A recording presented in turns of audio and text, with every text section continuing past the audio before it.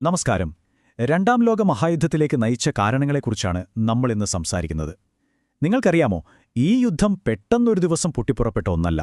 വർഷങ്ങളായി ഒന്നിനു പിറകെ ഒന്നായി നടന്ന ഒരുപാട് സംഭവങ്ങളുടെ ഒരു തുടർച്ചയായിരുന്നു അത്. ഒരു ചെയിൻ റിയാക്ഷൻ പോലെ. ഈ കാര്യകാരണബന്ധം മനസ്സിലാക്കുന്നത്, പ്രത്യേകിച്ച് പരീക്ഷകൾക്ക് തയ്യാറെടുക്കുമ്പോൾ, വളരെ പ്രധാനമാണ്. അപ്പോൾ നമുക്ക് ആ കാരണങ്ങളിലേക്ക് ഒന്ന് ആഴത്തിൽ ഇറങ്ങിച്ചെല്ലാം.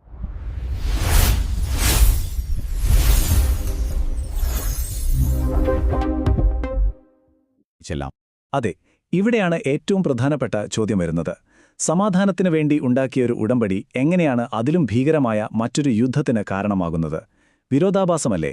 ഒന്നാം ലോക മഹായുദ്ധം അവസാനിപ്പിച്ച വേഴ്സായ് ഉടമ്പടി എങ്ങനെയാണ് രണ്ടാം ലോക മഹായുദ്ധത്തിലേക്കുള്ള ആദ്യത്തെ ഡൊമിനോ ആയി മാറിയതെന്ന് നമുക്ക് നോക്കാം. ശരിയാണ്. വേഴ്സായ് ഉടമ്പടിയുടെ പ്രധാന ലക്ഷ്യം യൂറോപ്പിൽ ഒരു ശാശ്വത സമാധാനം കൊണ്ടുവരിക എന്നതായിരുന്നു. പക്ഷെ സംഭവിച്ചത് നേരെ തിരിച്ചാണ്. ആ ഉടമ്പടി ജർമ്മൻ ജനതയുടെ മനസ്സിൽ പ്രതികാരത്തിന്റെയും അപമാനത്തിന്റെയും വിത്തുകൾ പാകുകയായിരുന്നു. അതൊരു സമാധാന ഉടമ്പടി എന്നതിലുപരി ഒരു ശിക്ഷയായിരുന്നു അവർക്ക്. തീർച്ചയായും അതിലെ ഏറ്റവും വിവാദപരമായ ഒരു ഭാഗമായിരുന്നു ആർട്ടിക്കിൾ 231, വാർ ഗിൽറ്റ് ക്ലോസ് എന്ന് പറയും. ഒന്നാം ലോക മഹായുദ്ധത്തിന്റെ മുഴുവൻ കുറ്റവും ജർമ്മനിയുടെ തലയിൽ കെട്ടിവയ്ക്കുകയായിരുന്നു ഇതിലൂടെ ചെയ്തത്. ഒന്ന് ആലോചിച്ച് നോക്കൂ, ഒരു രാജ്യത്തെ മുഴുവനായി കുറ്റക്കാരാക്കുന്നു. ഇത് ജർമ്മൻകാർക്ക് സഹിക്കാവുന്നതിലും അപ്പുറമായിരുന്നു. അതെ, ആ അപമാനത്തിന് പുറമെയായിരുന്നു ഈ ഭീമമായ തുക. 6600 മില്യൺ പൗണ്ട് യുദ്ധ നഷ്ടപരിഹാരമായി ജർമ്മനി നൽകണമായിരുന്നു. ഇത് അവരുടെ സമ്പദ്വ്യവസ്ഥയെ പൂർണ്ണമായി തകർത്തു. പണത്തിന് പുല്ലുവിലയില്ലാതായി. ഹൈപ്പർ ഇൻഫ്ലേഷൻ എന്ന അവസ്ഥയിലേക്ക് രാജ്യം വീണു. ജനങ്ങൾ ദാരിദ്ര്യത്തിലായി. ഈ സാമ്പത്തിക അരക്ഷിതാവസ്ഥയാണ് ഹിറ്റ്ലറെ പോലുള്ള തീവ്രവാദികൾക്ക് വളരാനുള്ള അവസരം ഒരുക്കിക്കൊടുത്തത്. സാമ്പത്തികമായി മാത്രമല്ല, സൈനികമായും ജർമ്മനിയെ അവർ തളർത്തി. സൈന്യത്തിന്റെ അംഗബലം വെറും 1,00,000 കുറച്ചു. ആധുനിക ആയുധങ്ങളായ ടാങ്കുകളോ വിമാനങ്ങളോ അന്തർവാഹിനികളോ ഒന്നും പാടില്ല. പോരാത്തതിന് അൽസേസ് ലോറൈൻ പോലുള്ള തന്ത്രപ്രധാനമായ പ്രദേശങ്ങൾ നഷ്ടപ്പെടുകയും ചെയ്തു. ഇത് ദേശീയമായൊരു അപമാനബോധം ആളുകളിൽ ആളിക്കത്തിച്ചു. അപ്പോൾ എന്റെ ചോദ്യമിതാണ്, ഇത്രയും കഠിനമായ നിബന്ധനകൾ അടിച്ചേൽപ്പിച്ച ആ തീരുമാനത്തിന്റെ ദൂരവ്യാപകമായ ഫലമെന്തായിരുന്നു? വളരെ നല്ല ചോദ്യമാണ്. അതിന്റെ ഫലം വളരെ വലുതായിരുന്നു. വേഴ്സായ് ഉടമ്പടി യൂറോപ്പിൽ, പ്രത്യേകിച്ച് ജർമ്മനിയിൽ, ഒരുതരം രാഷ്ട്രീയ ശൂന്യത സൃഷ്ടിച്ചു. ജനങ്ങൾ നിരാശരായിരുന്നു. ഈ സാഹചര്യമാണ് ഫാസിസം, നാസിസം പോലുള്ള തീവ്രവും ആക്രമണാത്സുകവുമായ പ്രത്യയശാസ്ത്രങ്ങൾക്ക് വളരാൻ പറ്റിയ മണ്ണൊരുക്കിയത്. ആ ശൂന്യതയിലേക്കാണ് അവർ കടന്നുവന്നത്. ശരിയാണ്. ഈ പട്ടികയിലേക്കൊന്ന് നോക്കൂ. പരീക്ഷയ്ക്ക് ഓർത്തുവയ്ക്കാൻ എളുപ്പത്തിന് നമുക്കിവയെ 2 സ്പോർട്സ് ക്ലബ്ബുകളായി സങ്കൽപ്പിക്കാം.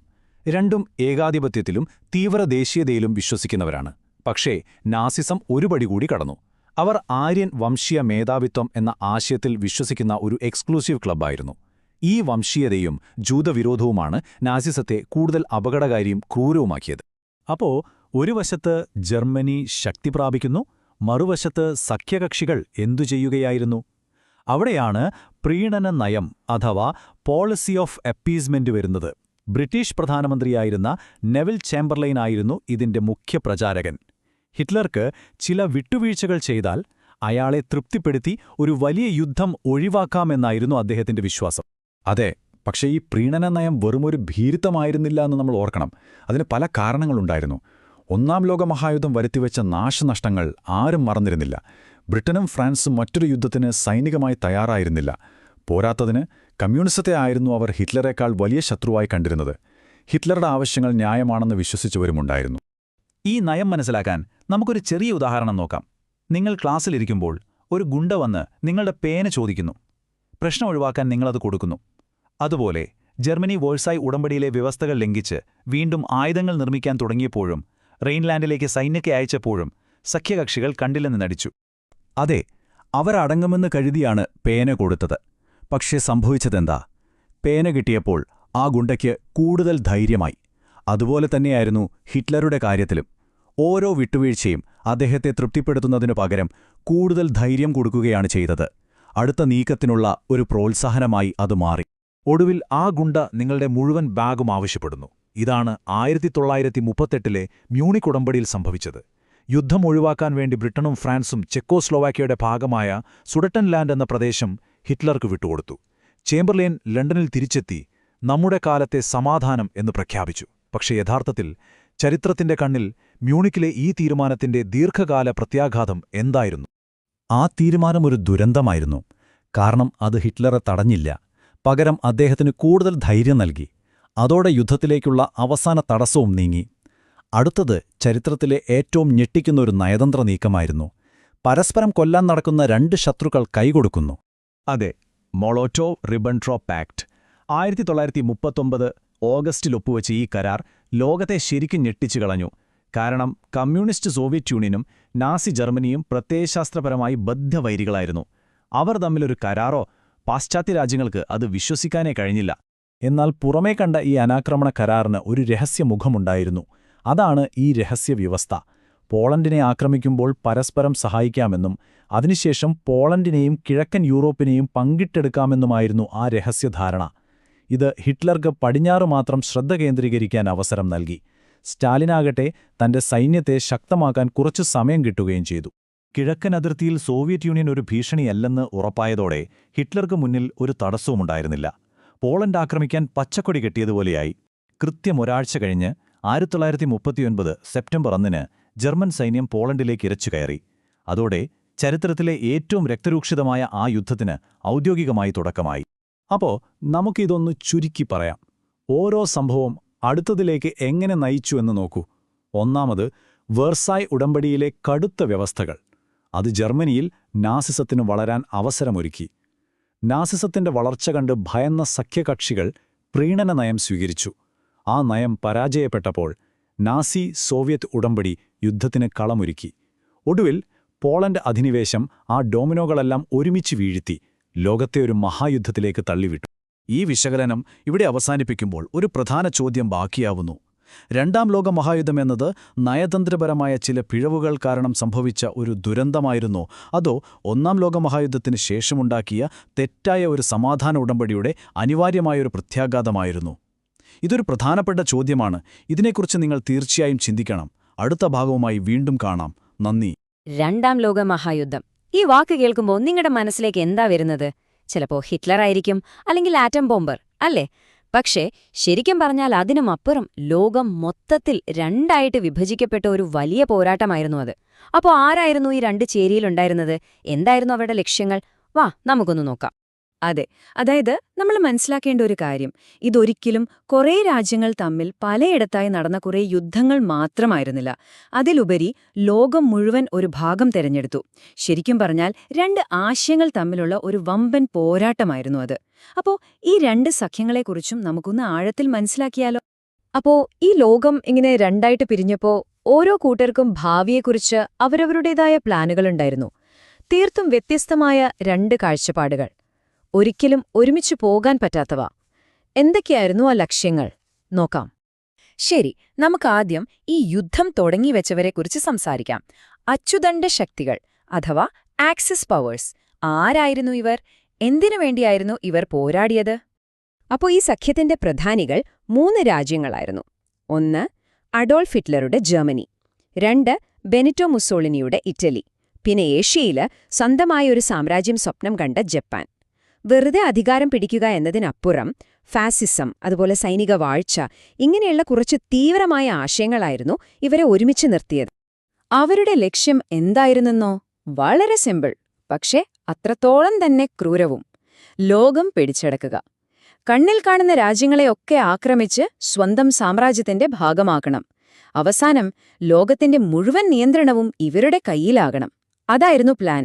അപ്പോ ആർക്കും തടുക്കാനാകില്ലെന്ന് തോന്നിച്ച ഈയൊരു മുന്നേറ്റത്തെ ആരാണ് നേരിട്ടത്?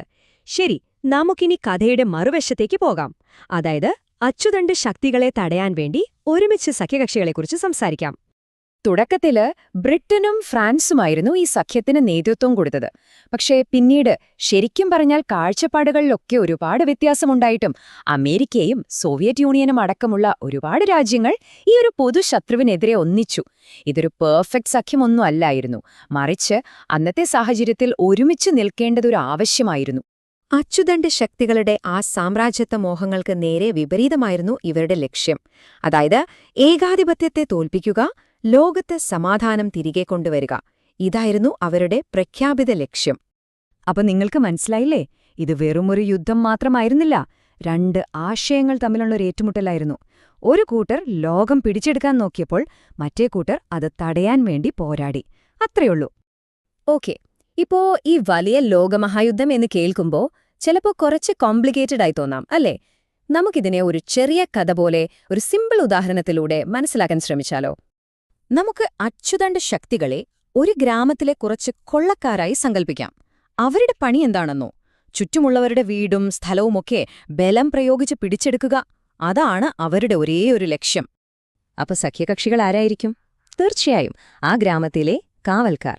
ഈ കൊള്ളക്കാരെ തടയാനും ഗ്രാമത്തിൽ സമാധാനം കൊണ്ടുവരാനും വേണ്ടി ഒരുമിച്ച് നിന്ന ബാക്കിയുള്ള ഗ്രാമവാസികൾ. അങ്ങനെ ഈ യുദ്ധം കഴിഞ്ഞപ്പോൾ ലോകം പിന്നെ പഴയതുപോലെ ആയിരുന്നില്ല. ആരാണ് ജയിച്ചത്, ആരാണ് തോറ്റത് എന്ന് തീരുമാനിക്കുക മാത്രമല്ല ഈ യുദ്ധം ചെയ്തത്. അതിലുപരി ലോകശക്തിയുടെ ആ ഒരു ഭൂപടം തന്നെ ഇത് മൊത്തത്തിൽ മാറ്റിവരച്ചു. അതായത് യുദ്ധത്തിനു മുൻപ് ലോകം നിയന്ത്രിച്ചിരുന്നത് ബ്രിട്ടനും ഫ്രാൻസും പോലെയുള്ള യൂറോപ്യൻ സാമ്രാജ്യങ്ങളായിരുന്നു. പക്ഷേ 6 വർഷം നീണ്ടുനിന്ന യുദ്ധം അവരെ അങ്ങ് തളർത്തിക്കളഞ്ഞു. അങ്ങനെ അവർ ദുർബലരായപ്പോഴുണ്ടായ ആ ഒരു ഗ്യാപ്പിലേക്ക് 2 പുതിയ ശക്തികൾ കടന്നുവന്നു. അപ്പോഴാണ് നമ്മൾ ഇന്ന് കേൾക്കുന്ന സൂപ്പർ പവർ അഥവാ വൻശക്തി എന്നൊരു വാക്ക് തന്നെ വരുന്നത്. എന്താണിത്? വെറും പട്ടാളം കൊണ്ട് മാത്രമല്ല, പണം കൊണ്ടും അവരുടെ ആശയങ്ങൾ കൊണ്ടും ലോകത്തെ മുഴുവൻ സ്വാധീനിക്കാൻ കഴിവുള്ള രാജ്യങ്ങൾ. യുദ്ധം കഴിഞ്ഞതോടെ അമേരിക്കയും സോവിയറ്റ് യൂണിയനും ആ ഒരു സ്റ്റാറ്റസിലേക്ക് ഉയർന്നു. ഈയൊരു മാറ്റം വളരെ വ്യക്തമായിരുന്നു കേട്ടോ. പഴയ സാമ്രാജ്യങ്ങളുടെ കാലം കഴിഞ്ഞു, അവരുടെ ശക്തിയൊക്കെ കുറഞ്ഞു. പകരം ലോകം വീണ്ടും 2 ചേരികളായി. പക്ഷേ ഇത്തവണ ഒന്നാമത്തേതിന് അമേരിക്കയും രണ്ടാമത്തേതിന് സോവിയറ്റ് യൂണിയനും നേതൃത്വം കൊടുത്തു. അതോടുകൂടി ലോകം പുതിയൊരു കാലഘട്ടത്തിലേക്ക് കടക്കുകയായിരുന്നു.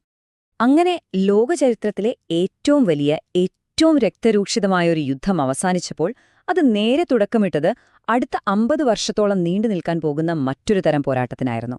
ഈ 2 പുതിയ സൂപ്പർ പവറുകൾ തമ്മിലുള്ള പോരാട്ടം, അതായത് ശീതയുദ്ധം. നമസ്കാരം.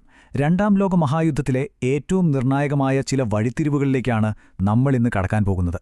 യുദ്ധത്തിന്റെ ഗതി തന്നെ മാറ്റിമറിച്ച ചില തീരുമാനങ്ങൾ, ചില സംഭവങ്ങൾ. അതിനെപ്പറ്റി നമുക്കൊന്ന് ആഴത്തിൽ സംസാരിക്കാം. നമുക്ക് സമയത്തിൽ കുറച്ചൊന്ന് പിന്നോട്ടു പോകാം.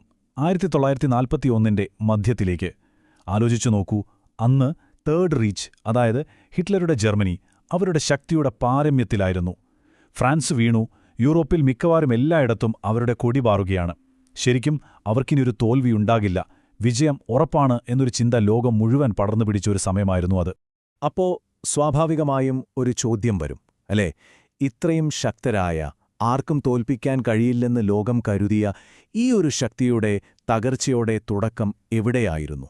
അതാണ് നമ്മളിന്ന് കണ്ടുപിടിക്കാൻ പോകുന്നത്. ആ തകർച്ചയുടെ തുടക്കം ഒരു ചൂതാട്ടമായിരുന്നു. ഹിറ്റ്ലറുടെ ഏറ്റവും വലിയൊരു ചൂതാട്ടം, ഓപ്പറേഷൻ ബാർബറോസ. ഓർക്കണം, 1939-ൽ സോവിയറ്റ് യൂണിയനുമായി ഒരു അനാക്രമണ കരാർ ഒപ്പിട്ടതാണ് ജർമ്മനി. പക്ഷെ അതെല്ലാം ലംഘിച്ചുകൊണ്ട് നടത്തിയ ഈ നീക്കം ഒരുപക്ഷെ യുദ്ധത്തിലെ ഏറ്റവും വലിയ തന്ത്രപരമായ പിഴവായിട്ടാണ് ചരിത്രകാരന്മാർ കാണുന്നത്. എന്തിനായിരുന്നു ഹിറ്റ്ലർ ഇങ്ങനെ ഒരു സാഹസത്തിന് മുതിർന്നത്? അതിന് പല കാരണങ്ങളുണ്ട്. അതിൽ പ്രധാനപ്പെട്ട ഒന്നാണ് ലെബൻസ്റോം എന്ന ആശയം. അതായത് ജർമ്മൻ ജനതയ്ക്ക് ജീവിക്കാൻ കൂടുതൽ സ്ഥലം വേണം. പിന്നെ കമ്മ്യൂണിസത്തെ തുടച്ചു നീക്കുക എന്നൊരു ലക്ഷ്യവുമുണ്ടായിരുന്നു. അതുപോലെ തന്നെ സോവിയറ്റ് യൂണിയന്റെ എണ്ണപ്പാടങ്ങൾ പോലെയുള്ള അമൂല്യമായ വിഭവങ്ങൾ, അതും അവർക്ക് വേണമായിരുന്നു. അതൊരു ചെറിയ ആക്രമണമൊന്നും അല്ലായിരുന്നു കേട്ടോ. ചരിത്രം കണ്ട ഏറ്റവും വലിയ സൈനിക നീക്കമായിരുന്നു അത്. ഏതാണ്ട് 55 ലക്ഷം സൈനികർ. സങ്കല്പിക്കാൻ പറ്റുന്നുണ്ടോ? ലെനിൻഗ്രാഡ്, മോസ്കോ, ഉക്രൈൻ, ഇങ്ങനെ 3 ഭാഗത്തേക്കും ഒരേ സമയം ഒരു മിന്നലാക്രമണം, ബ്ലിറ്റ്സ്ക്രീഗ്. തുടക്കത്തിലൊക്കെ ജർമ്മൻ പ്ലാൻ ശരിക്കും വിജയിച്ചു. അവർ വളരെ വേഗത്തിൽ മുന്നേറി. പക്ഷേ അവിടെയാണ് ജർമ്മൻ കണക്കുകൂട്ടലുകൾ പിഴച്ചത്. റഷ്യയുടെ വലിപ്പം തന്നെ ഒരു പ്രശ്നമായിരുന്നു. പിന്നെ മഴക്കാലം വന്നപ്പോൾ എല്ലാം ചെളിമയമായി. ടാങ്കുകൾ പോലും മുന്നോട്ട് നീങ്ങാൻ പാടുപെട്ടു. എന്നാൽ ഏറ്റവും വലിയ വില്ലനായി വന്നത് റഷ്യൻ ശൈത്യകാലമായിരുന്നു. ജനറൽ വിന്റർ എന്നാണതിനെ വിളിക്കുന്നത് തന്നെ. -30ഉം 40ഉം ഡിഗ്രി തണുപ്പ്. അതിനുവേണ്ടിയുള്ള തയ്യാറെടുപ്പുകളൊന്നും ജർമ്മൻ സൈന്യത്തിന് ഇല്ലായിരുന്നു. അപ്പോൾ നമ്മൾ ചോദിക്കേണ്ട ഒരു ചോദ്യമുണ്ട്.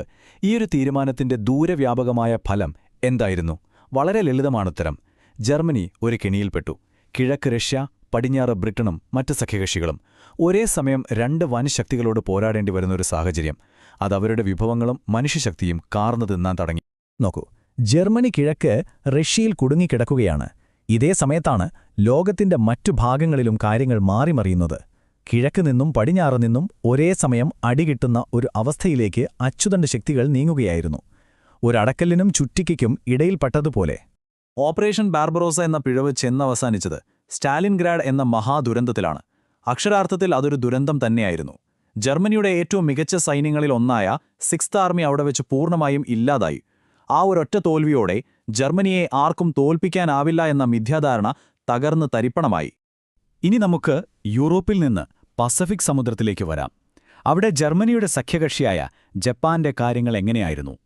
യുദ്ധം തുടങ്ങുമ്പോൾ ജപ്പാന്റെ നാവികശക്തിയെ വെല്ലാൻ ആരുമുണ്ടായിരുന്നില്ല. അമേരിക്കയുടെ പേൾ ഹാർബർ തകർത്തെറിഞ്ഞത് അവരുടെ 6 കൂറ്റൻ വിമാനവാഹിനി കപ്പലുകൾ ചേർന്നാണ്.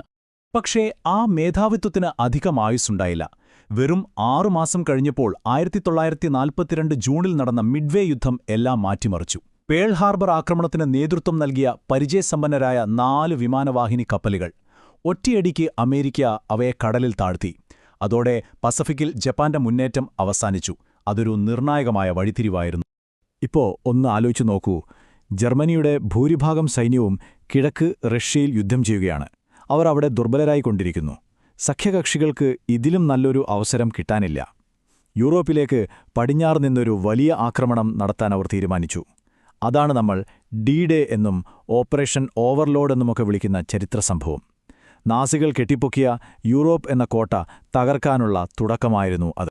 ഈ ഡി-ഡേക്ക് വളരെ കൃത്യമായ 3 ലക്ഷ്യങ്ങളുണ്ടായിരുന്നു. 1. റഷ്യയെ സഹായിക്കാൻ വേണ്ടി പടിഞ്ഞാറ് ഒരു പുതിയ യുദ്ധമുഖം തുറക്കുക. 2. നാസികളുടെ കയ്യിൽ നിന്ന് ഫ്രാൻസിനെ മോചിപ്പിക്കുക. 3. അവിടെ നിന്ന് നേരെ ജർമ്മനിയിലേക്ക് കടന്നുകയറി യുദ്ധം അവസാനിപ്പിക്കുക. വളരെ വ്യക്തമായ ഒരു പ്ലാൻ. ഇതിന്റെ ഒരു വലിപ്പം നമ്മൾ മനസ്സിലാക്കണം. 30 ലക്ഷത്തിലധികം സൈനികരാണ് ഇതിൽ പങ്കെടുത്തത്. യൂട്ട, ഒമാഹ, ഗോൾഡ്, ജൂനോ, സ്വാഡ് എന്നിങ്ങനെ 5 ബീച്ചുകളിലാണ് ഒരേ സമയം ആക്രമണം നടന്നത്. കൃത്രിമമായി തുറമുഖങ്ങൾ നിർമ്മിക്കുന്ന മൾബറി ഹാർബറുകൾ, കടലിനടിയിലൂടെ ഇന്ധനം കൊണ്ടുവരാൻ പ്ലൂട്ടോ പൈപ്പ് ലൈനുകൾ, ഇതൊക്കെ അന്നത്തെ കാലത്തെ അത്ഭുതങ്ങളായിരുന്നു. അപ്പോൾ ചിത്രം പൂർത്തിയായി. കിഴക്ക് സ്റ്റാലിൻഗ്രാഡ് എന്ന അടക്കലിൽ ജർമ്മൻ സൈന്യം കുടുങ്ങിക്കിടക്കുന്നു. അപ്പോഴാണ് പടിഞ്ഞാറ് നിന്ന് ഡി-ഡേ എന്ന ഭീമാകാരമായ ചുറ്റുകയുടെ പ്രഹരം വരുന്നത്. ഈ 2 വശത്തു നിന്നുമുള്ള ആക്രമണം ചെറുക്കാൻ ജർമ്മനിക്ക് ഒരു വഴിയുമുണ്ടായിരുന്നില്ല. അവരുടെ പതനം ഉറപ്പായി. അപ്പം മൊത്തത്തിൽ നോക്കിയാൽ അച്ചുതണ്ട് ശക്തികളുടെ യുദ്ധതന്ത്രമെന്ന കസേരയ്ക്ക് 4 കാലുകളാണുണ്ടായിരുന്നത്. അതിലൊന്ന് ബ്രിട്ടനിലെ വ്യോമയുദ്ധത്തിൽ ഒടിഞ്ഞു, രണ്ടാമത്തത് പസഫിക്കിലെ മിഡ്വേ യുദ്ധത്തിൽ തകർന്നു, മൂന്നാമത്തെ കാലാണ് സ്റ്റാലിൻഗ്രാഡിൽ വെച്ച് ജർമ്മനിക്ക് നഷ്ടമായത്. അവസാനം ഡി-ഡേയിലൂടെ 4ാമത്തെ കാലും പോയതോടെ ആ കസേര പൂർണ്ണമായും നിലംപൊത്തി. അതുകൊണ്ട് നമ്മൾ മനസ്സിലാക്കേണ്ടത് ഇതാണ്: ചരിത്രത്തിലെ ഈ വലിയ സംഭവങ്ങളൊന്നും ഒറ്റപ്പെട്ടു നിൽക്കുന്നവയല്ല. റഷ്യയിലെ മഞ്ഞുവീണ പാടങ്ങളിൽ തുടങ്ങിയ ഒരു പിഴവ്, അത് നോർമണ്ടിയിലെ കടൽത്തീരത്തൊരു വലിയ വിജയത്തിനു വഴിയൊരുക്കി. ഒന്നിന്റെ കാരണം മറ്റൊന്നിന്റെ ഫലമായി മാറി. അവസാനം അത് അനിവാര്യമായ ഒരു തകർച്ചയിലേക്ക് നയിച്ചു. പോകുന്നതിനു മുൻപ് നിങ്ങൾക്ക് ചിന്തിക്കാനായി ഒരു ചോദ്യം. ഈ പറഞ്ഞവയിൽ ഏതാണ് ഏറ്റവും നിർണായകമായ വഴിത്തിരിവ്? ഹിറ്റ്ലർ ഓപ്പറേഷൻ ബാർബറോസയ്ക്ക് ഉത്തരവിട്ട ആ രാഷ്ട്രീയപരമായ മണ്ടത്തരമാണോ? അതോ ഡി-ഡേ പോലെയുള്ള സഖ്യകക്ഷികളുടെ പഴുതടച്ച സൈനിക നീക്കങ്ങളാണോ യുദ്ധത്തിന്റെ വിധി നിർണയിച്ചത്? ഇതിനെക്കുറിച്ച് നന്നായി ആലോചിച്ചു നോക്കുക. 2ാം ലോകമഹായുദ്ധം അവസാനിക്കാറായപ്പോൾ ലോകം ഒരു പുതിയ ഭാവിയെക്കുറിച്ച് വലിയ സ്വപ്നങ്ങൾ കണ്ടു. പക്ഷേ ആ വലിയ വലിയ ആശയങ്ങളൊക്കെ അധികാര രാഷ്ട്രീയത്തിന്റെ കളിയിൽപ്പെട്ട് എങ്ങനെയാണ് വഴിമാറിപ്പോയത്? നമുക്കതൊന്ന് നോക്കാം. ഒറ്റ രാജ്യവും മറ്റൊരു രാജ്യത്തിന്റെ പ്രദേശം പിടിച്ചെടുക്കാൻ പാടില്ല. കേൾക്കാൻ എന്ത് രസമുള്ള വാക്കുകളാണത്, അല്ലേ? ഒന്നോർത്തു നോക്കൂ. യുദ്ധം കത്തിനിൽക്കുന്ന സമയത്താണ് ഭാവി ലോകത്തെക്കുറിച്ചുള്ള സ്വപ്നങ്ങൾക്ക് ഈ വാക്കുകൾ തുടക്കം കുറിച്ചത്. അപ്പോ നമ്മൾ ആദ്യം നോക്കാൻ പോകുന്നത് ഒരു പുതിയ ലോകത്തിനു വേണ്ടിയുള്ള ആ ഒരു ബ്ലൂ പ്രിന്റാണ്. പിന്നെ ആരായിരുന്നു ഇതിന്റെയൊക്കെ പിന്നിലെ പ്രധാനികൾ, ആ വിജയത്തിന്റെ ശില്പികൾ? അവിടുന്ന് നമ്മൾ യാൽറ്റയിലേക്ക് പോകും. അവിടെ എങ്ങനെയാണ് ഭാവി രൂപപ്പെടുത്തിയതെന്ന് കാണും. പിന്നെ പതിയെ പതിയെ ആ സഖ്യത്തിലുണ്ടായ വിള്ളലുകളെക്കുറിച്ചും അവസാനം രൂപപ്പെട്ട പുതിയ ലോകക്രമത്തെക്കുറിച്ചും നമ്മൾ മനസ്സിലാക്കും. ഓക്കെ, അപ്പോൾ നമ്മുടെ ആദ്യത്തെ ഭാഗം ഒരു പുതിയ ലോകത്തിനായുള്ള രൂപരേഖ. ഇതിന്റെ എല്ലാം തുടക്കം 1941 അറ്റ്ലാന്റിക് ചാർട്ടറിൽ നിന്നാണ്. അതായത് റൂസ്വെൽറ്റും ചർച്ചിലും ഒരുമിച്ചിരുന്ന് ലോകത്തിന്റെ ഭാവിയെക്കുറിച്ച് സ്വപ്നം കണ്ട ആ ഒരു നിമിഷം. അപ്പോ എന്തായിരുന്നു ഈ അറ്റ്ലാന്റിക് ചാർട്ടർ എന്ന് ചോദിച്ചാൽ, ശരിക്കും പറഞ്ഞാൽ യുദ്ധം ജയിക്കുമോ എന്നുപോലും ഉറപ്പില്ലാത്തൊരു സമയത്ത് നാളത്തെ ലോകം എങ്ങനെ ആയിരിക്കണം എന്നതിനെക്കുറിച്ചുള്ള ഒരു വാക്കുകൊടുക്കലായിരുന്നു അത്. ഒരു ധാർമ്മികമായ ഉറപ്പ്. ഇതിലെ പ്രധാന ലക്ഷ്യങ്ങൾ നോക്കിയാൽ നമുക്ക് അത്ഭുതം തോന്നും. ഒരു രാജ്യവും മറ്റൊരാളുടെ സ്ഥലം പിടിക്കരുത്. എല്ലാ ജനങ്ങൾക്കും അവരവരുടെ ഭരണം തിരഞ്ഞെടുക്കാൻ അവകാശം വേണം. നാസിസത്തെ പൂർണ്ണമായും ഇല്ലാതാക്കണം. പിന്നെ ലോകം മുഴുവൻ സാമ്പത്തികമായും സുരക്ഷയുടെ കാര്യത്തിലും സഹകരിക്കണം. ഒന്നാലോചിച്ചു നോക്കൂ, യുദ്ധം കൊടുമ്പിരിക്കൊണ്ടിരിക്കുമ്പോൾ ഇത്രയും നല്ലൊരു ഭാവിയെക്കുറിച്ചാണ് അവർ സംസാരിച്ചത്. ഇനി നമുക്ക് ഇതിന്റെ പിന്നിലെ ആളുകളിലേക്ക് വരാം. വിജയത്തിന്റെ ശില്പികൾ, ബിഗ് ത്രീ. ഈ നല്ല ആശയങ്ങളൊക്കെ യാഥാർത്ഥ്യമാക്കേണ്ടത് ഇവരായിരുന്നു. പക്ഷെ അവിടെയായിരുന്നു ഏറ്റവും വലിയ പ്രശ്നം. ഒരേ ലക്ഷ്യത്തിനു വേണ്ടിയാണ് പോരാടുന്നതെങ്കിലും ഇവരോരോരുത്തർക്കും അവരവരുടേതായ താൽപ്പര്യങ്ങളുണ്ടായിരുന്നു. ഈ 3 പേരെയും അവരുടെ ലക്ഷ്യങ്ങളെയും നമ്മൾ ശരിക്കും മനസ്സിലാക്കണം. കണ്ടില്ലേ, റൂസ്വെൽറ്റ്. അദ്ദേഹത്തിന്റെ മനസ്സിൽ അറ്റ്ലാന്റിക് ചാർട്ടറും യുണൈറ്റഡ് നേഷൻസും ഒക്കെ ആയിരുന്നു. ഒരു ആഗോള സഹകരണമായിരുന്നു സ്വപ്നം. എന്നാൽ ചർച്ചിലിന്റെ കാര്യം അതായിരുന്നില്ല. അദ്ദേഹത്തിന് ബ്രിട്ടീഷ് സാമ്രാജ്യം നിലനിർത്തണമായിരുന്നു, ജർമ്മനിയെ തോൽപ്പിക്കണമായിരുന്നു. ഇനി സ്റ്റാലിന്റെ കാര്യം നോക്കിയാലോ? അദ്ദേഹത്തിന് ഒരൊറ്റ ലക്ഷ്യമേ ഉണ്ടായിരുന്നുള്ളൂ: സോവിയറ്റ് യൂണിയന്റെ സുരക്ഷ. അതിർത്തിയിൽ കുറച്ച് രാജ്യങ്ങളെ തങ്ങളുടെ നിയന്ത്രണത്തിൽ നിർത്തി ഒരു ബഫർ സോൺ ഉണ്ടാക്കുക. അപ്പോൾ കണ്ടില്ലേ, 3 പേർ 3 ലക്ഷ്യങ്ങൾ. ഇത് ഒരുമിച്ച് കൊണ്ടുപോകാൻ നല്ല പാടായിരുന്നു. അങ്ങനെ നമ്മൾ എത്തുന്നത് യാൽട്ടയിലേക്കാണ്. 1945 ഫെബ്രുവരി.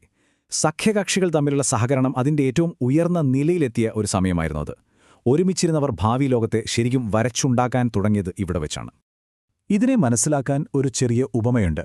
റിച്ചാർഡ് ഫെയ്ൻമാന്റെ ഒരു അനാലജി. അതായത് 3 കൂട്ടുകാർ ഒരുമിച്ച് ഒരു വീട് പിടിച്ചെടുക്കാൻ പോകുകയാണ്. വീട് കിട്ടിക്കഴിഞ്ഞാൽ അതെങ്ങനെ പങ്കുവെക്കാമെന്ന് അവർ ഭയങ്കര സന്തോഷത്തോടെ പ്ലാൻ ചെയ്യുന്നു. ഏകദേശം അതുപോലൊരു നല്ല ശുഭപ്രതീക്ഷ നിറഞ്ഞ അന്തരീക്ഷമായിരുന്നു യാൽട്ടയിൽ.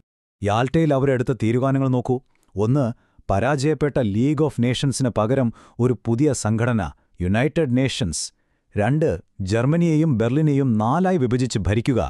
3. കിഴക്കൻ യൂറോപ്പിൽ സ്വതന്ത്രമായ തെരഞ്ഞെടുപ്പ് നടത്താമെന്ന് സ്റ്റാലിൻ വാക്കുകൊടുക്കുന്നു. 4. ജർമ്മനി തോറ്റ് 3 മാസത്തിനകം ജപ്പാനെതിരെ യുദ്ധത്തിന് വരാമെന്ന് സോവിയറ്റ് യൂണിയൻ സമ്മതിക്കുന്നു. എല്ലാം എന്തൊരു യോജിപ്പിലായിരുന്നുവല്ലേ? എല്ലാവരും വിചാരിച്ചു ഇനി ലോകത്ത് സമാധാനത്തിന്റെ നാളുകളാണ്. പക്ഷേ ഏതാനും മാസങ്ങൾ കഴിഞ്ഞു. അവർ വീണ്ടും ഒത്തുകൂടി, ഇത്തവണ പോട്സ്ഡാമിൽ. അപ്പോഴേക്കും കഥയാകെ മാറിയിരുന്നു. യാൽട്ടയിലെ ആ സൗഹൃദമൊന്നും അവിടെ കാണാനില്ലായിരുന്നു. പുതിയ നേതാക്കൾ വന്നു, അന്തരീക്ഷം മാറി, ഉള്ളിൽ ഒളിപ്പിച്ചു വെച്ചിരുന്ന അഭിപ്രായ വ്യത്യാസങ്ങളെല്ലാം പുറത്തുവരാൻ തുടങ്ങി. നമ്മുടെ പഴയ ഫെയ്ൻമാൻ ഉപമയിലേക്ക് തിരിച്ചുപോയാൽ ഇപ്പം എന്തായി? ആ 3 കൂട്ടുകാരും കൂടി വീട് പിടിച്ചെടുത്തു. ഇനിയിപ്പോൾ അതിനകത്തെ ഓരോ ഫർണിച്ചറിനും ഓരോ മുറിക്കും വേണ്ടി അവർ തമ്മിൽ തല്ലു തുടങ്ങിയിരിക്കുന്നു. ആ കസേര എനിക്ക് വേണം, ഈ മുറി എനിക്കാണ് എന്നൊക്കെ പറഞ്ഞ്. അതായിരുന്നു പോട്സ്ഡാമിലെ അവസ്ഥ. യാൽട്ടയും പോട്സ്ഡാമും തമ്മിലുള്ള വ്യത്യാസം നോക്കൂ. യാൽട്ടയിൽ റൂസ്വെൽട്ടും ചേർച്ചിലും സ്റ്റാലിനും. പോട്സ്ഡാമിലെത്തിയപ്പോഴോ റൂസ്വെൽട്ടിനു പകരം ട്രൂമാൻ, ചേർച്ചിലിന് പകരം ആറ്റ്ലി, സ്റ്റാലിൻ മാത്രം അവിടെയുണ്ട്. യാൽട്ടയിൽ സഹകരണമായിരുന്നെങ്കിൽ പോട്സ്ഡാമിൽ അത് കടുത്ത അവിശ്വാസമായി മാറി. എന്താ കാരണം? പ്രധാനമായും 2 കാര്യങ്ങൾ. 1. റൂസ്വെൽട്ടിനെ പോലെ ആയിരുന്നില്ല ട്രൂമാൻ. അദ്ദേഹത്തിന് സ്റ്റാലിനെ തീരെ വിശ്വാസമില്ലായിരുന്നു. 2. അവർക്ക് ഒരുമിച്ച് പോരാടാൻ ഒരു പൊതുശത്രു ഉണ്ടായിരുന്നു, ജർമ്മനി. പോട്സ്ഡാം ആവുമ്പോഴേക്കും ജർമ്മനി തോറ്റു. അതോടെ ഒരുമിച്ച് നിൽക്കേണ്ട കാരണം തന്നെ ഇല്ലാതായി. അപ്പോൾ പോട്സ്ഡാമിലെ പ്രധാന പ്രശ്നങ്ങളിലൊന്ന് ഈ നഷ്ടപരിഹാരം അഥവാ റെപ്പറേഷൻസ് ആയിരുന്നു. അതായത് യുദ്ധത്തിൽ തോറ്റ രാജ്യം ജയിച്ചവർക്ക് നഷ്ടപരിഹാരം കൊടുക്കണം. പണമായോ അല്ലെങ്കിൽ അവരുടെ ഫാക്ടറികളിലെ യന്ത്രങ്ങൾ പോലെയുള്ള സാധനങ്ങളായോ. അപ്പോൾ ജർമ്മനിയിൽ നിന്ന് ആര് എന്തെടുക്കും, എത്ര എടുക്കും എന്നതിനെ ചൊല്ലിയായിരുന്നു വലിയ തർക്കം. അവിടെ തുടങ്ങിയ തർക്കങ്ങൾ പലതായിരുന്നു. ജർമ്മനിയിൽ നിന്ന് റഷ്യയ്ക്ക് എത്രത്തോളം നഷ്ടപരിഹാരം എടുക്കാം എന്നതിനെക്കുറിച്ച് തർക്കമായി. പോളണ്ടിന്റെ അതിർത്തി സോവിയറ്റ് യൂണിയൻ തന്നിഷ്ടപ്രകാരം അങ്ങ് മാറ്റിവരച്ചു. ഇത് അമേരിക്കയും ബ്രിട്ടനെയും ശരിക്കും ചുടിപ്പിച്ചു. പിന്നെ കിഴക്കൻ യൂറോപ്പിൽ സ്വതന്ത്ര തെരഞ്ഞെടുപ്പ് നടത്താമെന്ന സ്റ്റാലിന്റെ വാക്കിലുള്ള വിശ്വാസം അവർക്ക് പൂർണ്ണമായും നഷ്ടപ്പെട്ടു. അവിടെയെല്ലാം കമ്മ്യൂണിസ്റ്റ് ഭരണകൂടങ്ങൾ വരുന്നത് അവർ കണ്ടു. ഇതോടെ ആ പഴയ സഖ്യം ശരിക്കും തകർന്നു തരിപ്പണമായി. അപ്പോൾ ഈ സമ്മേളനങ്ങളുടെയൊക്കെ അവസാനം ലോകത്തിനെന്ത് കിട്ടി? രസകരമായ കാര്യം എന്താണെന്ന് വെച്ചാൽ, പരസ്പരം ഒരു ബന്ധവുമില്ലാത്ത നേർവിപരീതമായ 2 കാര്യങ്ങളാണ് ഇതിന്റെ ഫലമായിട്ടുണ്ടായത്. അതിലൊന്ന് ഐക്യരാഷ്ട്രസഭ, UN. അതാ അറ്റ്ലാന്റിക് ചാർട്ടറിലെ നല്ല ആശയങ്ങളുടെയും യാൾട്ടയിലെ സഹകരണത്തിന്റെയും ഒരു റിസൾട്ടായിരുന്നു. ലോക സഹകരണത്തിന്റെ പ്രതീകമായി ഇന്നും നിലനിൽക്കുന്നൊരു മഹത്തായ സ്ഥാപനം. ഇതായിരുന്നു ആ നല്ല പൈതൃകം. പക്ഷേ അതിന് നേർവിപരീതമായി മറ്റൊന്നുകൂടി സംഭവിച്ചു. പോട്സ്ഡാമിലെ തർക്കങ്ങൾ ലോകത്തെ 2ആയി വിഭജിച്ചു. അതിന് സൂചിപ്പിക്കാൻ വിൻസ്റ്റൺ ചർച്ചിൽ ഉപയോഗിച്ചൊരു വാക്കുണ്ട്: ഇരുമ്പുമറ. കമ്മ്യൂണിസ്റ്റ് കിഴക്കൻ യൂറോപ്പിനെയും ജനാധിപത്യ പടിഞ്ഞാറൻ യൂറോപ്പിനെയും വേർതിരിച്ച ഒരു പ്രത്യാശാസ്ത്രപരമായ മതിൽ. അതായത് 2ാമത്തെ പൈതൃകം ശീതയുദ്ധമായിരുന്നു. കോൾഡ് വാർ. യുദ്ധകാലത്ത് ഒരുമിച്ചു നിന്നവർ പരസ്പരം ശത്രുക്കളായി. പോട്സ്ഡാമിലെ ആ തർക്കങ്ങൾ ലോകത്തെ പതിറ്റാണ്ടുകൾ നീണ്ടുനിന്ന ഒരു പുതിയ സംഘർഷത്തിലേക്ക് തള്ളിവിട്ടു. പ്രതീക്ഷയുടെ സ്ഥാനത്ത് അവിശ്വാസവും ഭയവും വന്നു. അപ്പോൾ ഇതാണ് നമ്മൾ ചിന്തിക്കേണ്ട ചോദ്യം. ഈ ഒരേ സമ്മേളനങ്ങളിൽ നിന്നാണ് ഐക്യരാഷ്ട്രസഭയും ശീതയുദ്ധവുമുണ്ടായത്. സഹകരണത്തിന്റെ ഈ പ്രതീകമാണോ അതോ പതിറ്റാണ്ടുകൾ നീണ്ട സംഘർഷമാണോ നമ്മുടെ ഇന്നത്തെ ലോകത്തെ കൂടുതൽ സ്വാധീനിച്ചത്? ഇതിൽ ഏത് പൈതൃകമാണ് ഇന്നും നമ്മോടൊപ്പം കൂടുതൽ ശക്തമായി നിലനിൽക്കുന്നത്? ഇത് നമ്മൾ ഓരോരുത്തരും ആലോചിക്കേണ്ട ഒരു കാര്യമാണ്. നമസ്കാരം. രണ്ടാം ലോക മഹായുദ്ധം എന്ന് കേൾക്കുമ്പോൾ നമ്മുടെ മനസ്സിലേക്ക് വരുന്നത് യുദ്ധങ്ങളും പോരാട്ടങ്ങളുമൊക്കെയാണ്. പക്ഷെ അത് മാത്രമല്ല, ലോകത്തിന്റെ ഗതി തന്നെ മാറ്റിയ ചില വലിയ പ്രശ്നങ്ങൾക്ക് അന്ന് കണ്ടെത്തിയ പരിഹാരങ്ങളുടെ കൂടി കഥയാണത്. ആ നിർണായക തീരുമാനങ്ങളെക്കുറിച്ചാണ് നമ്മളിന്ന് സംസാരിക്കാൻ പോകുന്നത്. അതെ, പറഞ്ഞു വരുന്നത് എന്താണെന്ന് വെച്ചാൽ, രണ്ടാം ലോക മഹായുദ്ധത്തിലെ വിജയം കേവലം സൈനിക ശക്തി കൊണ്ട് മാത്രം കിട്ടിയ ഒന്നായിരുന്നില്ല. മറിച്ച് അന്ന് അവർക്ക് മുന്നിലുണ്ടായിരുന്ന ഭയങ്കരമായ ചില തന്ത്രപരവും സാങ്കേതികവും ധാർമ്മികവുമായ പ്രശ്നങ്ങൾക്ക് എങ്ങനെ പരിഹാരം കണ്ടെത്തി എന്നതായിരുന്നു യഥാർത്ഥ വഴിത്തിരിവ്. അപ്പോ നമ്മൾ പ്രധാനമായും 3 കാര്യങ്ങളാണ് നോക്കാൻ പോകുന്നത്. 1. കണ്ണിന് കാണാൻ പറ്റാത്ത ശത്രുവിനെ എങ്ങനെ നേരിട്ടു. 2. തോൽവി സമ്മതിക്കാത്ത ഒരു രാജ്യത്തെ എങ്ങനെ യുദ്ധം അവസാനിപ്പിക്കാൻ പ്രേരിപ്പിച്ചു. പിന്നെ അതുവരെ ലോകം കണ്ടിട്ടില്ലാത്ത അത്ര വലിയ ക്രൂരതകൾക്ക് എങ്ങനെ നീതി കണ്ടെത്തി. ശരി, നമുക്ക് ആദ്യത്തെ പ്രശ്നത്തിലേക്ക് തന്നെ കടക്കാം. ഒന്നാലോചിച്ചു നോക്കൂ, നിങ്ങളുടെ ശത്രു വിശാലമായ ആകാശത്തും ആഴക്കടലിലും അദൃശ്യനായി ഒളിച്ചിരിക്കുകയാണ്. അവരെ എങ്ങനെ കണ്ടെത്തും, എങ്ങനെ നേരിടും? ഇവിടെയാണ് ടെക്നോളജി ഒരു ഗെയിം ചേഞ്ചറായി വരുന്നത്. റഡാർ. ഈ ഒറ്റ വാക്ക് മതി യുദ്ധത്തിന്റെ ഗതി മാറ്റിമറിക്കാൻ. റേഡിയോ തരംഗങ്ങൾ അയച്ച് കണ്ണുകൊണ്ട് കാണാൻ പറ്റാത്ത ദൂരത്തുള്ള വിമാനങ്ങളെയും കപ്പലുകളെയും കണ്ടെത്താനുള്ള കഴിവ്. അത് സഖ്യകക്ഷികൾക്ക് നൽകിയ ഒരു മുൻതൂക്കം ചെറുതൊന്നുമായിരുന്നില്ല. റഡാറിന്റെ യഥാർത്ഥ പവർ എന്തായിരുന്നെന്ന് നോക്കൂ. റഡാർ വരുന്നതിനു മുൻപ് അറ്റ്ലാന്റിക് സമുദ്രത്തിൽ ജർമ്മൻ ബോട്ടുകൾ ഒരു പേടി സ്വപ്നമായിരുന്നു. എവിടെ നിന്നാണ് ആക്രമണം വരുന്നതെന്ന് ആർക്കും അറിയില്ലായിരുന്നു. ബ്രിട്ടനിൽ ബോംബിടാൻ വരുന്ന വിമാനങ്ങളെക്കുറിച്ച് മുന്നറിയിപ്പ് കിട്ടുമ്പോഴേക്കും വൈകിപ്പോകും. പക്ഷേ റഡാർ വന്നതോടെ കഥയാകെ മാറി. തീരദേശത്ത് സ്ഥാപിച്ച റഡാറുകൾ മുന്നറിയിപ്പുകൾ നേരത്തെ നൽകിത്തുടങ്ങി. വിമാനങ്ങളിൽ ഘടിപ്പിച്ച റഡാറുകൾ കടലിൽ ഒളിച്ചിരുന്ന ബോട്ടുകളെ കൃത്യമായി കണ്ടെത്തി നശിപ്പിക്കാൻ തുടങ്ങി. ഇതൊരു ചെറിയ മാറ്റമായിരുന്നില്ല, ശരിക്കും ഒരു വിപ്ലവം തന്നെയായിരുന്നു. കടലിനടിയിൽ ഒളിച്ചിരിക്കുന്ന അന്തർവാഹിനികളെ ആകാശത്തു നിന്നുള്ള വിമാനങ്ങൾക്ക് കണ്ടെത്താമെന്നായി. അതോടെ നാവിക യുദ്ധത്തിന്റെ നിയമങ്ങൾ തന്നെ മാറിമറിഞ്ഞു. സഖ്യകക്ഷികളുടെ വിജയത്തിൽ ഈയൊരു ടെക്നോളജി വഹിച്ച പങ്ക് വളരെ വലുതാണ്. ഇനി വേറൊരു ഉദാഹരണം നോക്കാം. മിഡ് വേ യുദ്ധം. ഇവിടെ ആയുധങ്ങളല്ല, വിവരങ്ങളായിരുന്നു യഥാർത്ഥ ഹീറോ. ജപ്പാന്റെ രഹസ്യ കോഡുകൾ അമേരിക്കൻ ഇന്റലിജൻസ് തകർത്തു. അതോടെ ജപ്പാന്റെ ഓരോ നീക്കവും അവർ മുൻകൂട്ടി അറിഞ്ഞു. തങ്ങൾ ഒരു കെണിയിലേക്കാണ് നടന്നു കയറുന്നതെന്ന് അറിയാതെ ജപ്പാന്റെ നാവികസേന മുന്നോട്ടു വന്നു. അതിന്റെ ഫലമോ അവിശ്വസനീയം. 4. ജപ്പാന്റെ 4 ഭീമൻ വിമാനവാഹിനി കപ്പലുകളാണ് ആ ഒരൊറ്റ യുദ്ധത്തിൽ അമേരിക്ക മുക്കിയത്. ഇതൊരു സാധാരണ സൈനിക വിജയമായിരുന്നില്ല, മറിച്ച് വിവരങ്ങൾ എത്രത്തോളം ശക്തമായ ആയുധമാണെന്നതിന്റെ തെളിവായിരുന്നു. പസഫിക് യുദ്ധത്തിന്റെ ഗതി തന്നെ തിരിച്ചുവിട്ട ഒരു സംഭവമായിരുന്നു അത്. ശരി, അടുത്ത പ്രശ്നം ഇതിലും വലുതാണ്. അവസാനത്തെ സൈനികൻ മരിച്ചു വീഴുന്നതുവരെ പോരാടാൻ ഉറച്ച ഒരു ശത്രു, അതായത് ജപ്പാൻ. അവരെ എങ്ങനെ യുദ്ധം അവസാനിപ്പിക്കാൻ പ്രേരിപ്പിക്കും? അതായിരുന്നു സഖ്യകക്ഷികൾക്ക് മുന്നിലുണ്ടായിരുന്ന അടുത്ത വലിയ ചോദ്യം. 1945-ലെ ആ വേനൽക്കാലത്ത് കാര്യങ്ങൾ വളരെ പെട്ടെന്നാണ് സംഭവിച്ചത്. കീഴടങ്ങാനുള്ള അന്ത്യശാസനം ജപ്പാൻ തള്ളിക്കളഞ്ഞു. ഇതോടെ പ്രസിഡന്റ് റോമാൻ ഒരു ചരിത്രപരമായ തീരുമാനമെടുത്തു. ലോകം അതുവരെ കണ്ടിട്ടില്ലാത്ത ഒരു പുതിയ വിനാശകാരിയായ ആയുധം പ്രയോഗിക്കാൻ അദ്ദേഹം ഉത്തരവിട്ടു. ആദ്യം ഹിരോഷിമ, പിന്നെ നാഗസാക്കി. ദിവസങ്ങൾക്കുള്ളിൽ ജപ്പാന്റെ ചെറുത്തുനിൽപ്പ് അവസാനിച്ചു. യുദ്ധവും അവസാനിച്ചു. യുദ്ധം തീർന്നു, ശരി തന്നെ. പക്ഷേ ഈയൊരു തീരുമാനം ലോകത്ത് ഉണ്ടാക്കിയ മാറ്റങ്ങൾ എന്തൊക്കെയായിരുന്നു? അതൊരു വലിയ ചോദ്യമാണല്ലേ. അതിന്റെ പ്രത്യാഘാതങ്ങള് ആ യുദ്ധം കൊണ്ടും തീർന്നില്ല. പെട്ടെന്നുണ്ടായ ഫലങ്ങൾ വളരെ വ്യക്തവും ഭയാനകവുമായിരുന്നു. 2 വലിയ നഗരങ്ങൾ നിമിഷനേരം കൊണ്ടില്ലാതായി. ലക്ഷക്കണക്കിന് സാധാരണ മനുഷ്യർക്ക് ജീവൻ നഷ്ടപ്പെട്ടു. പക്ഷേ ആ ഭീകരതയോടൊപ്പം തന്നെ 6 വർഷമായി ലോകത്തെ വിഴുങ്ങിക്കൊണ്ടിരുന്ന ആ മഹായുദ്ധത്തിന് ഒരവസാനം കുറിക്കാനും അതിലൂടെ സാധിച്ചു. എന്നാൽ അതിന്റെ ദീർഘകാല പ്രത്യാഘാതങ്ങൾ കൂടുതൽ സങ്കീർണമായിരുന്നു. അതായത്, ഒരു പ്രശ്നം പരിഹരിച്ചപ്പോൾ അതിലും വലിയ മറ്റൊരു പ്രശ്നം തുടങ്ങുകയായിരുന്നു. ലോകം മുഴുവൻ ഒരു ആണവയുദ്ധത്തിന്റെ ഭീതിയുടെ നിഴലിലായി. അമേരിക്കയും സോവിയറ്റ് യൂണിയനും തമ്മിലുള്ള അവിശ്വാസം വളർന്നു. അത് ശീതയുദ്ധത്തിന് വഴിവെച്ചു. ഒരു പുതിയ ഭയത്തിന്റെ യുഗമാണ് അവിടെ തുടങ്ങിയത്. ഇതുവരെ നമ്മൾ സംസാരിച്ചത് സൈനികപരമായ കാര്യങ്ങളായിരുന്നു. ഇനി നമ്മൾ നോക്കാൻ പോകുന്നത് ഒരു ധാർമ്മികമായ, നിയമപരമായ ഒരു പ്രശ്നത്തെക്കുറിച്ചാണ്. ഹോളോകോസ്റ്റ് പോലുള്ള അതിക്രൂരമായ കുറ്റകൃത്യങ്ങൾക്ക് കാരണക്കാരായവരെ എങ്ങനെ നിയമത്തിനു മുന്നിൽ കൊണ്ടുവരും? 6 ദശലക്ഷം. ഇതൊരു വെറും കണക്കല്ല. നാസികൾ ആസൂത്രണം ചെയ്ത് നടപ്പിലാക്കിയ ഒരു വംശഹത്യയിൽ കൊല്ലപ്പെട്ട മനുഷ്യരുടെ എണ്ണമാണിത്. ഇത്രയും ഭീകരമായൊരു കുറ്റകൃത്യത്തിന് എങ്ങനെ നീതി നടപ്പാക്കും എന്നതായിരുന്നു ലോകം നേരിട്ട ഏറ്റവും വലിയ ചോദ്യങ്ങളിലൊന്ന്. ഈ ചോദ്യത്തിനുള്ള ഉത്തരമായിട്ടാണ് മനുഷ്യരാശിക്കെതിരായ കുറ്റകൃത്യങ്ങളെന്ന പുതിയൊരു നിയമ ആശയം തന്നെ ഉണ്ടാകുന്നത്. അതുവരെ ഒരു ഭരണകൂടത്തിന് സ്വന്തം രാജ്യത്തെ ജനങ്ങളോട് എന്തു വേണമെങ്കിലും ചെയ്യാമെന്നൊരു ധാരണയുണ്ടായിരുന്നു.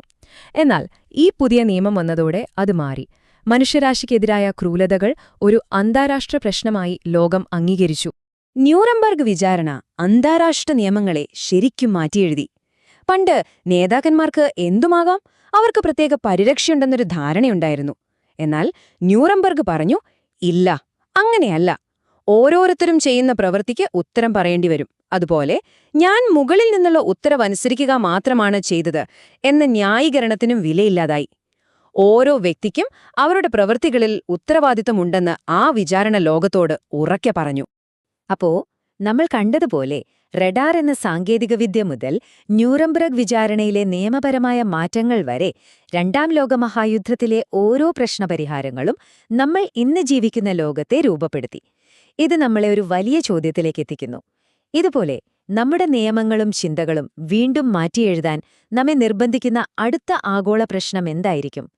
ചിന്തിക്കേണ്ട ഒരു കാര്യമാണല്ലേ? എല്ലാവർക്കും നമസ്കാരം. 1945-ൽ രണ്ടാം ലോക മഹായുദ്ധം അവസാനിച്ചപ്പോൾ ലോകം ശരിക്കും തകർന്ന് തരിപ്പണമായി. പക്ഷെ ആ നാശത്തിന്റെ ചാരത്തിൽ നിന്നാണ് നമ്മൾ ഇന്ന് കാണുന്ന ഈ ലോകം രൂപപ്പെട്ടത്. അത് എങ്ങനെ സംഭവിച്ചു? ആ ഒരു നിർണായകമായ മാറ്റത്തിന്റെ കഥയിലേക്കാണ് നമ്മൾ ഇന്ന് പോകുന്നത്. അപ്പോൾ നമുക്ക് തുടങ്ങിയാൽ? അതെ, ഇതാണ് നമ്മൾ മനസ്സിൽ വെക്കേണ്ട പ്രധാന ആശയം. ഇതൊരു ഗ്രേറ്റ് റീസെറ്റ് പോലെയായിരുന്നു. പഴയ ലോകം, അതിന്റെ നിയമങ്ങൾ, അതിന്റെ അധികാരകേന്ദ്രങ്ങൾ എല്ലാം തകർന്നു. ആ ചാരത്തിൽ നിന്നൊരു പുതിയ ലോകം കെട്ടിപ്പടുക്കണമായിരുന്നു. അതായിരുന്നു ആ കാലഘട്ടം നേരിട്ട ഏറ്റവും വലിയ വെല്ലുവിളി, ഒരു ചരിത്രസന്ധി തന്നെ. അപ്പോൾ നമുക്കാദ്യം തന്നെ യുദ്ധം തകർത്ത ആ ലോകത്തിന്റെ അവസ്ഥയൊന്ന് നോക്കാം. നൂറ്റാണ്ടുകളോളം ലോകത്തെ അടക്കി ഭരിച്ചിരുന്ന വമ്പൻ ശക്തികളായിരുന്നല്ലോ ബ്രിട്ടൻ, ഫ്രാൻസ്, ജർമ്മനിയൊക്കെ. പക്ഷെ യുദ്ധം കഴിഞ്ഞതോടെ ഇവരുടെയെല്ലാം കഥ കഴിഞ്ഞു. സാമ്പത്തികമായി തകർന്നു, രാഷ്ട്രീയമായി ദുർബലരായി. അതിന്റെ ഫലമെന്തായിരുന്നു? ലോകത്ത് അതുവരെയില്ലാത്ത ഒരു വലിയ അധികാരശൂന്യത, ഒരു പവർ വാക്യൂം രൂപപ്പെട്ടു. ഈ ഓരോ രാജ്യത്തിന്റെയും അവസ്ഥ ഒന്ന് ആലോചിച്ചു നോക്കൂ. ബ്രിട്ടന്റെ കാര്യം, കടം കയറി ഏതാണ്ട് പാപ്പരായ അവസ്ഥ. ഫ്രാൻസിന്റെ ശക്തിയാണെങ്കിൽ തീർത്തും ക്ഷയിച്ചുപോയി. ഇനി ജർമ്മനിയോ പൂർണ്ണമായും തകർന്ന് തരിപ്പണമായി. ചുരുക്കി പറഞ്ഞാൽ യൂറോപ്പിന്റെ ഈ തകർച്ചയോടെ പഴയ ലോകക്രമം തന്നെ അവസാനിക്കുകയായിരുന്നു. ഈ തകർച്ചയുടെ ഏറ്റവും നല്ല ഉദാഹരണം ഏതാണെന്ന് ചോദിച്ചാൽ അത് മറ്റൊന്നുമല്ല, ഒരു കാലത്ത് സൂര്യൻ അസ്തമിക്കാത്ത സാമ്രാജ്യം എന്ന പേരെടുത്ത ലോകമടക്കി ഭരിച്ചിരുന്ന ബ്രിട്ടീഷ് സാമ്രാജ്യത്തിന്റെ പതനം തന്നെ. ഈ സംഖ്യ ഒന്ന് നോക്കൂ. 3000 ദശലക്ഷം പൗണ്ട്, അതായത് 3 ബില്യൺ പൗണ്ട്. യുദ്ധം കഴിഞ്ഞപ്പോൾ ബ്രിട്ടന്റെ തലയിലുണ്ടായിരുന്ന കടത്തിന്റെ കണക്കാണിത്. ഇത് ചെറിയൊരു തുകയല്ല. ഈ ഭീമമായ സാമ്പത്തിക നാശം അവരുടെ സാമ്രാജ്യം മുന്നോട്ട് കൊണ്ടുപോകാനുള്ള കഴിവുതന്നെ ഇല്ലാതാക്കി.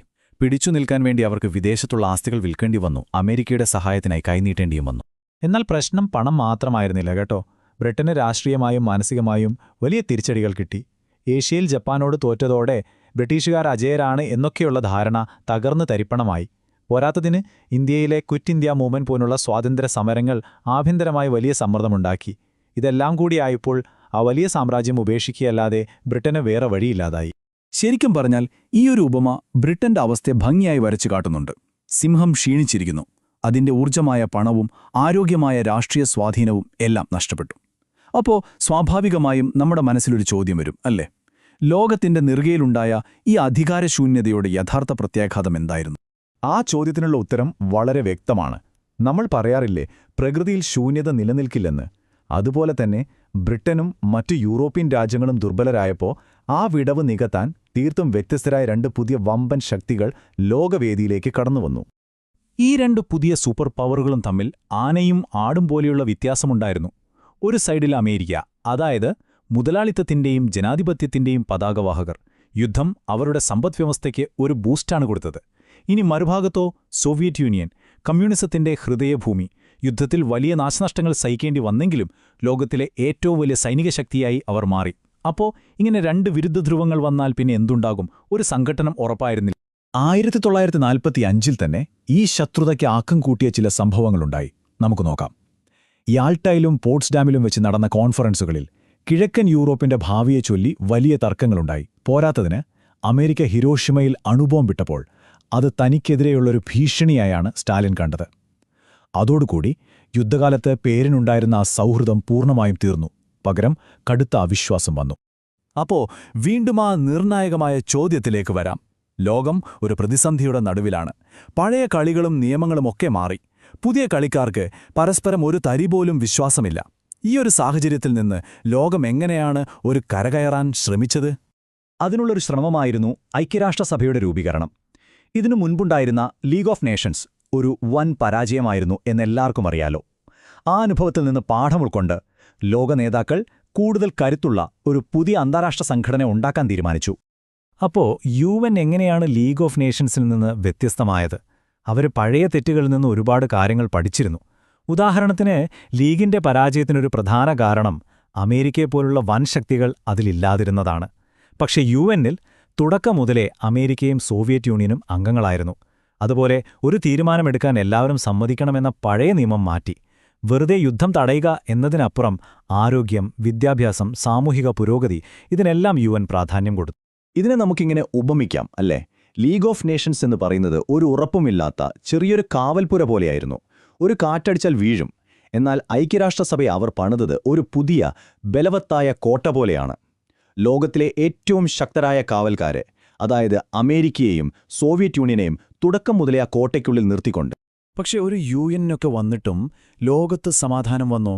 ഇല്ല. സംഭവിച്ചത് നേരെ തിരിച്ചാണ്. ലോകം ഒന്നിക്കുന്നതിനു പകരം പുതിയൊരു രീതിയിലുള്ള വിഭജനത്തിലേക്ക് കൂപ്പുകുത്തി. ആ വിഭജനത്തിന്റെ പേരായിരുന്നു ശീതയുദ്ധം. ഈ വിഭജനത്തെക്കുറിച്ച് പറയാൻ വിൻസ്റ്റൺ ചർച്ചിൽ മനോഹരമായൊരു വാക്കുപയോഗിച്ചു: അയൺ കർട്ടൻ, അഥവാ ഇരുമ്പുമറ. കിഴക്കൻ യൂറോപ്പിലെ രാജ്യങ്ങളെല്ലാം സ്റ്റാലിന്റെ നിയന്ത്രണത്തിലായതോടെ യൂറോപ്പിനെ രണ്ടായി കീറിമുറിക്കുന്ന ഒരു അദൃശ്യമായ എന്നാൽ അതിശക്തമായൊരു മതിൽ ഉയർന്നു. അതായിരുന്നു ആ ഇരുമ്പുമറ. അങ്ങനെയാണ് ലോകം രണ്ട് ചേരികളായി തിരിഞ്ഞത്. സ്റ്റാലിൻ കിഴക്കൻ യൂറോപ്പിൽ പിടിമുറുക്കിയപ്പോൾ അമേരിക്ക വെറുതെ ഇരുന്നില്ല. അവർ ട്രൂമാൻ ഡോക്ട്രിൻ പ്രഖ്യാപിച്ചു. കമ്മ്യൂണിസം പടരുന്നത് തടയും എന്ന് പറഞ്ഞു. അതോടൊപ്പം മാർഷൽ പ്ലാൻ വഴി പടിഞ്ഞാറൻ യൂറോപ്പിന് കോടിക്കണക്കിന് ഡോളറിന്റെ സഹായം നൽകി.